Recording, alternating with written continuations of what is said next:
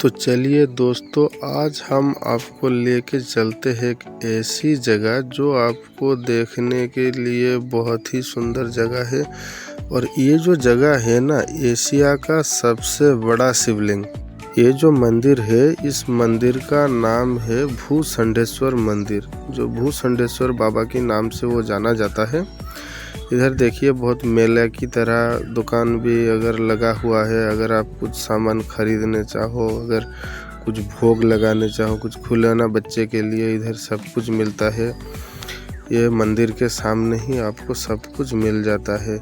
अब लेके चलता हूँ आपको उसके एंट्री गेट की तरफ, मंदिर के अंदर लेके चलता हूँ। देखिए उसका मंदिर का नज़ारा देखिए। फिलहाल अभी मंदिर बन रहा है, इसलिए टेम्पोररी मंदिर है। आप देख ही सकते हैं ये जो शिवलिंग है, कितना बड़ा शिवलिंग है, जो आपको देखने का कहीं भी देखने को नहीं मिलेगा। इतना बड़ा शिवलिंग। मंदिर अब बन रहा है, इसलिए पत्थर सब भी देखिए बाहर रखा हुआ है। जब पूरा हो जाएगा तब देखने के लिए बहुत ही सुंदर लगेगा। अभी फ़िलहाल मंदिर की सजावट के लिए चारों तरफ देखिए फूल की पौधे सब लगाए गए हैं। अभी शीत का मौसम है, इसलिए देखिए सब फूल जैसा हरियाली पूरा है।